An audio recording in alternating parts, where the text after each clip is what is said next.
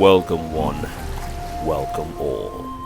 It's dark, moody, mist fills the air. A distant fire flickers, covering the land in a soft red glow.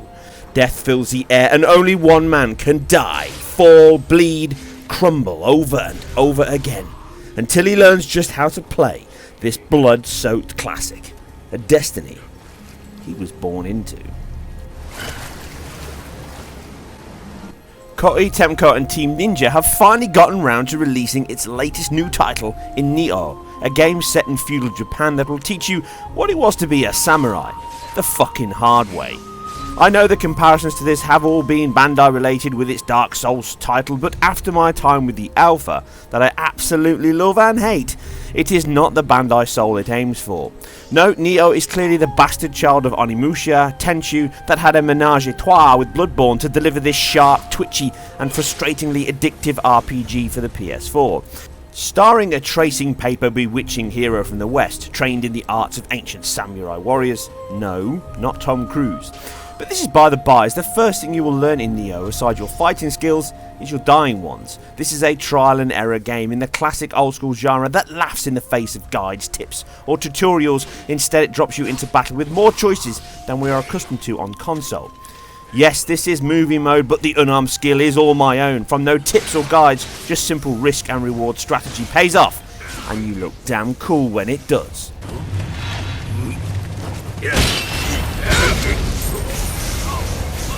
Let's see that in an instant replay. Father Greek supporters playing for a goal. Second to take. Decker! He's done it! David Beckham! It's a fantastic ending to a very, very poor performance. It captures that feeling that each battle you emerge victorious from, each counter you win, each head you remove is well earned. Becoming a true warrior from the lumbering blonde pirate you entered is equal servings of pain and pleasure that few games achieve. Much faster paced than Dark Souls and more in line with Bloodborne, it really truly kindles your need to beat the next area, learn the skills and balance your weapons. I will not spoil the alpha too much, but it ends come May the 5th, and if you have any interest at all, download it and try it quickly. After such a long time in development, you would think that the game would be much further on than an alpha. And even though it is, as its contents could change, I feel the core engine, asset and gameplay is very close to final. As it lacks any PBR within its core asset construction, it is anything but drab.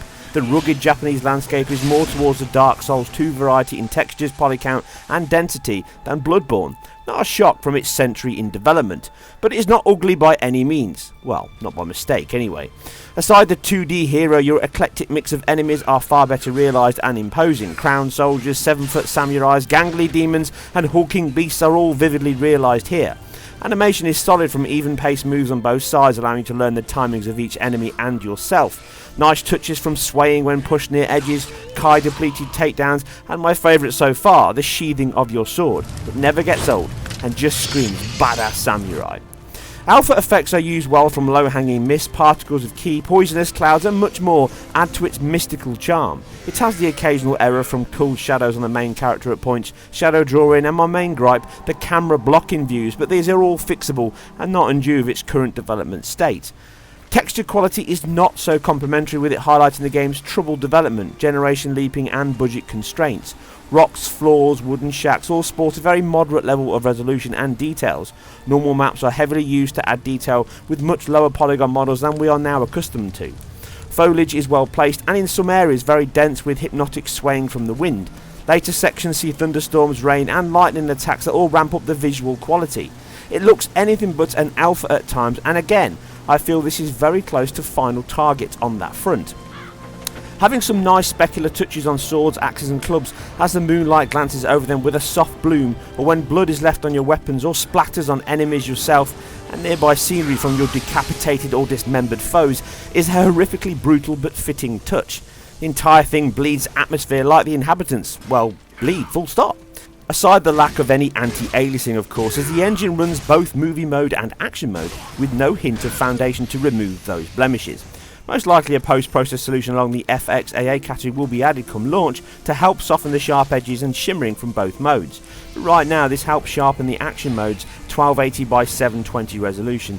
That can, like the 1920 by 1080 movie mode, vary up and down respectively from that target, and it's looking to meet in the 900p middle ground. But this is not only a rare scenario for console gamers to choose frame rate or resolution. GT5 and 6 both had the choice to run at a lower resolution with faster frame rates, albeit from the operating system menu, but a welcome one, as I've said before, most likely to become more common.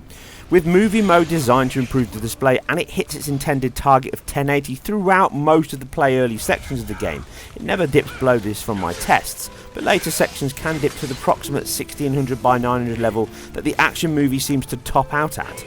The big split of the sacrifice of up to 2.5 times the pixel count can result in a near double frame rate, but not that often. In the scheme of things, this is an early taste, so right now with the game I think not far from complete in terms of assets, engine and content, this can and will improve. And from these targets I think a dynamic resolution will stay and hover more towards the 960 as it achieves the 1080-30 target very well indeed at this point, with the 720-60 being slightly wide of the mark. As it stands, the demo allows both versions to run unrestricted, but even though the engine is very tight, it will most likely receive a cap to 30 when released, but this may result in a Bloodborne style pacing issue. As it stands, the movie mode hits an average of 35 over my equal test here, and this is largely due to its ability to flip between 16 and 33 millisecond times, and helps make the two modes feel further apart than the metric state, which you can see on screen. Capping simply at 30 frames over a second rather than managing the frame time within your game loop to always come in under the 33 millisecond budget will still leave this as a possible issue. But so long as the action mode improves to hit its 16 millisecond target more often, as right now the GPU seems to be the area to work on, this will not be a problem for me and many others I feel. As even though the initial switch can look horribly jagged and soft compared to the other, very quickly this is forgotten, allowing you to respond to the action quicker. As I would love to know what you all think, please vote with the on-screen cards or in the comments below if you would choose frame rate over resolution, and if you have played it, which did you select or stick with? I did not get much time to enjoy this or learn its deep combat system. After only a day to play from scratch, record and upload this, I am already convinced of my day one purchase, so you can check back near a launch to learn more. But as it stands, the game is as a rough and ready action RPG in more ways than one. But after some Temco and Team Ninja TLC polish on its AA, framerate issues and general code improvement, this could become a true challenger for Dark Souls and Bloodborne's crowns. Far from a perfect demo on the technical front, but in spite of its imperfections, it still managed to deliver a lasting impression on both art, atmosphere and gameplay. Now only if I could find that Nioh button. As always, I hope you guys and girls enjoyed this. If you did, or anything else I've put together, then please think about subscribing and liking. If not, please dislike and tell me what you didn't like. Leave all your thoughts and feedback below. And I'll see you guys and girls very soon in feudal Japan.